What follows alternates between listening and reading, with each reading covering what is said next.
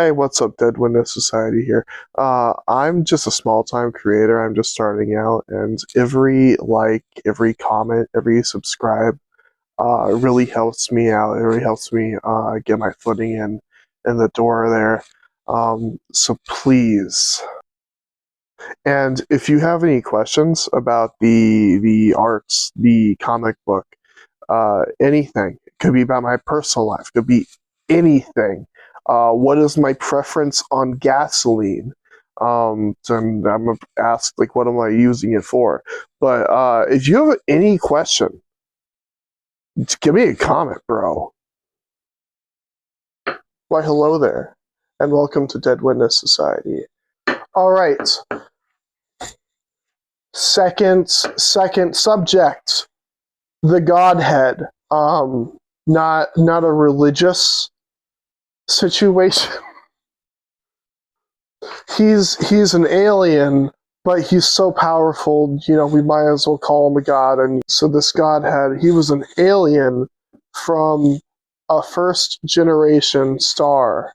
Ours being a third generation, we can tell by the time. And he was one of the first civilizations been around. They had studied the inner path and the outer path extensively. They were a highly advanced culture, and he was the last remaining survivor. The planet exploded, and he eventually wandered around through the material realm and the astral verse, or the realm of thought.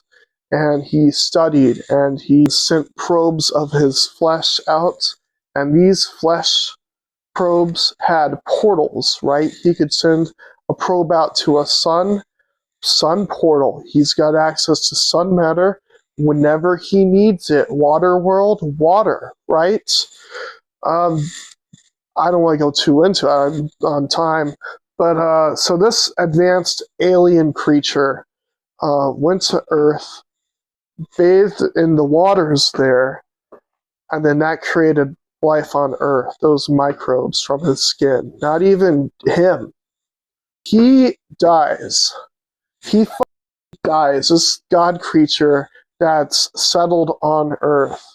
He lives in the atmosphere, and he watches Earth for entertainment, basically.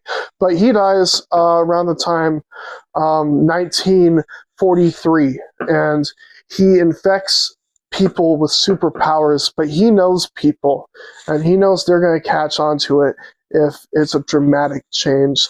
So these divine infections, these viroids, I'm going to get into that in a second, infect people, and they don't even show up until their grandchildren have it.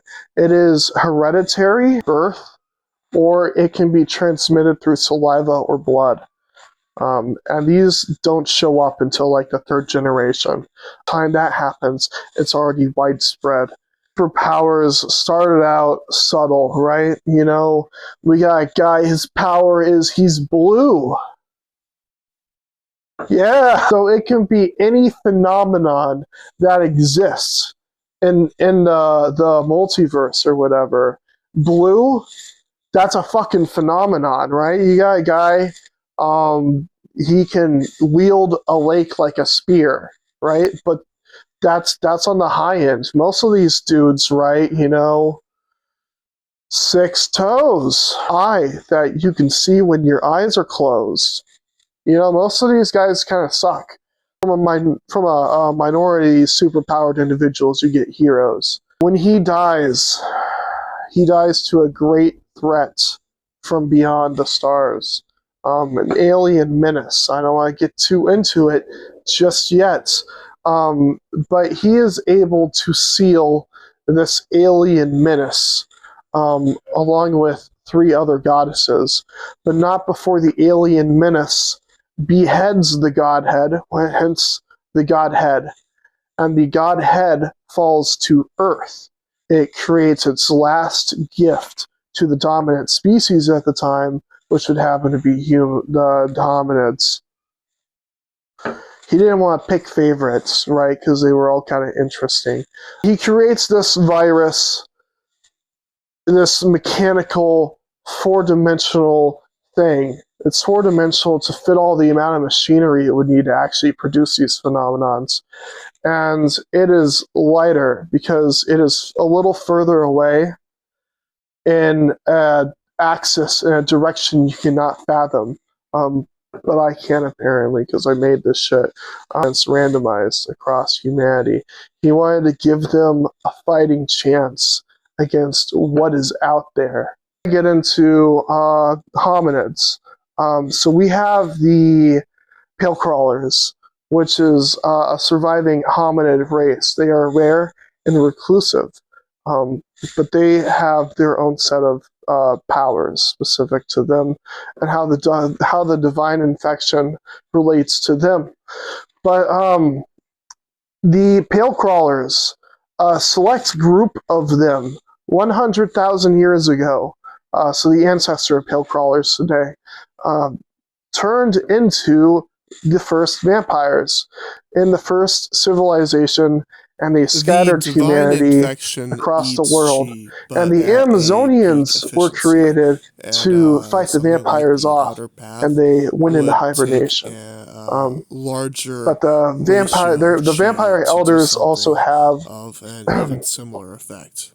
But the vampire elders also, when they bite like a regular dude, it just turns into a regular vampire, not a vampire elder, which is a monstrous physique of a vampire. I gotta show some part of it later. All right, here's the segment where I point out the things that I forgot. I have to make this quick. There is a phenomenon, post-mortem power permanence, when the chi floods into a person's power in the moment of their death. There is a few conditions that have to be met, but one of them is they have to be using their power. This can basically scar the world. Yeah, this should be about it.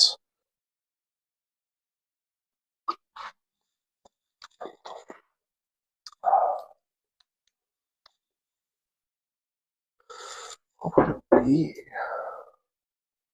Hold on, I gotta think of a better way to phrase this shit. My balls in your mouth, ooh. Take all my chocolates on the nose. So what I-Core is,